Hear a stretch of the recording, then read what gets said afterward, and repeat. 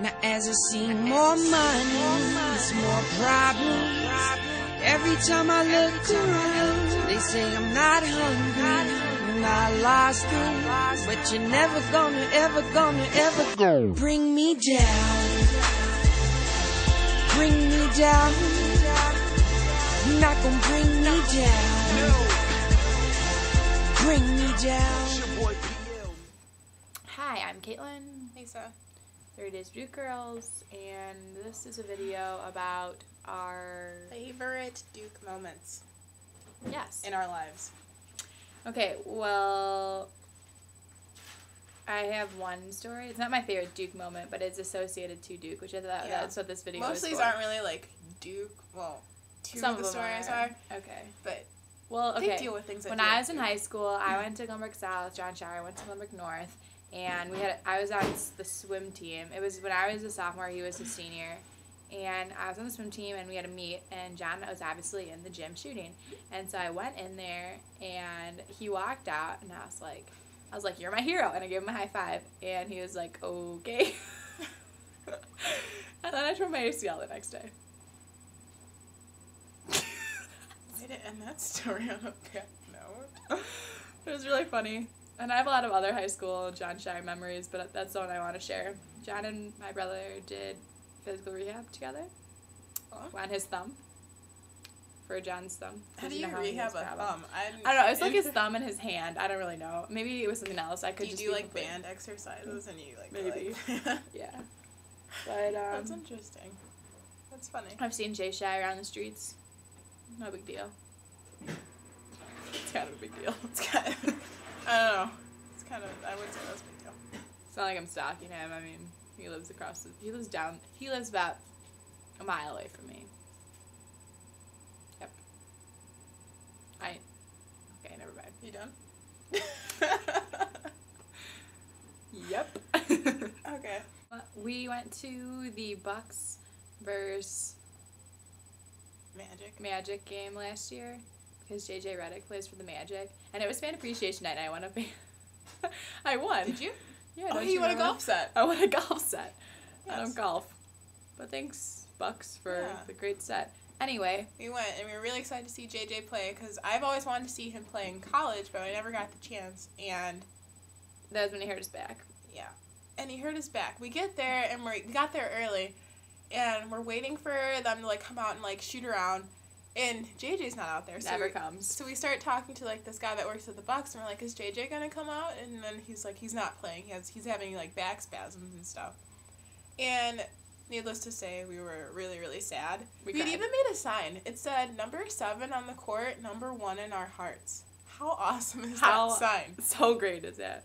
And so then we were waiting for JJ to come out of the tunnel, and he never came out of the tunnel. And we're like, okay, why isn't he even coming out? And we were getting yelled at to move back to our seats, but we're like, no, JJ's coming. Hold on. JJ's coming. We have not seen JJ. And he didn't come out. And then all of a sudden, the national anthem starts, and he still hasn't come out, and we're upset.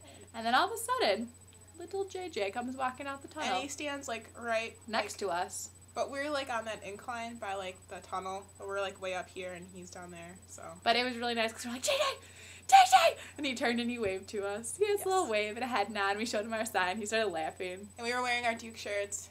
Yeah. And I hope that kind of made his day. Who knows if it did? But we were there to support him, even if he wasn't playing.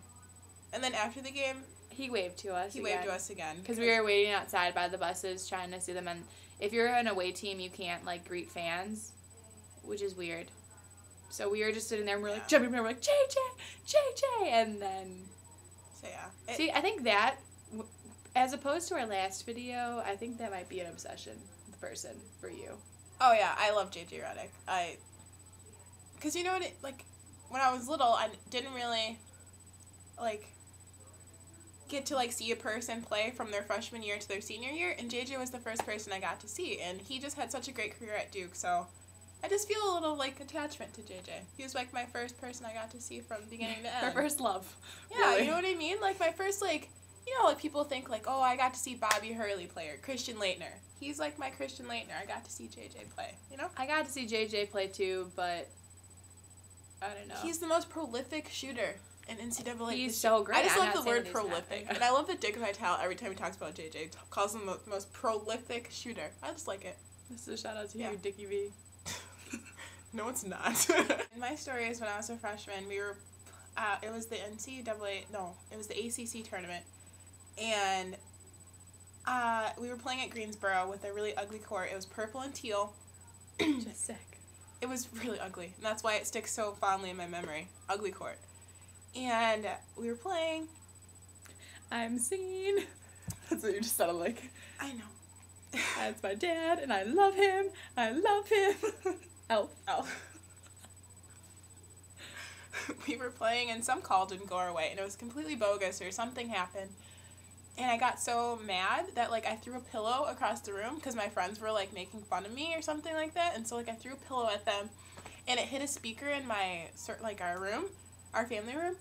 And the speaker fell. It broke in half. It still worked. It just, like, Split. cracked open. And, like, the wires were, like, inside. And so I was like, shoot, I don't know what to do. So I duct taped it together, and I put it in the corner of our living room. And then my parents found it a few weeks later, and they were like, what is this? And I was like, oh, it must have fallen over. And I saw it one day, and I duct taped it. So to this day, my parents don't know that I threw a pillow across the room and broke their speaker. They still think it just kind of fell over one day. And I'm not going to tell them. Well, they watch these videos. They don't watch these videos. My parents do.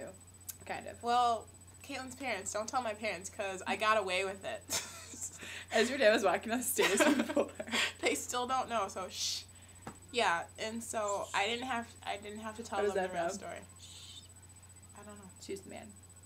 Shh. I'm a genius. Shh.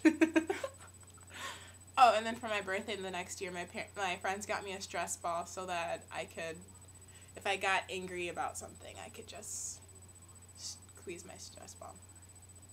Squeeze my stress ball. Squeeze.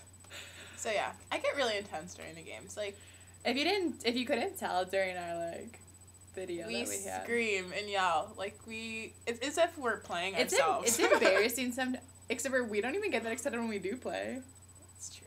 And it's like embarrassing sometimes because People somebody will walk like by. yeah, well not only that, but like people will be like, oh, or we'll like walk into a lounge and be like, can we watch ESPN? And they're like, sure, we'll watch the game with you. And you're like, you don't want to do that. Yeah. And then like it ends up being like they didn't want to do that.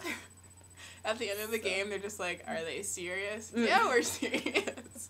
Do you remember when we were watching it with like Milo? He was just like looking at us like. Yeah, and then they think it's funny because they see how into the game we get, and then they think it's funny just to cheer for the other team, and that just kind of makes us even more mad. Like, don't cheer. And for they think it's funny because they know it'll funny. take us off. So we get diehard loyalty to Duke. Don't try and cheer against us. Even if we lose, I don't care. I'm still gonna wear my Duke shirt the next day. Alright, this video's. Yes. Bye, thank you. Happy holidays.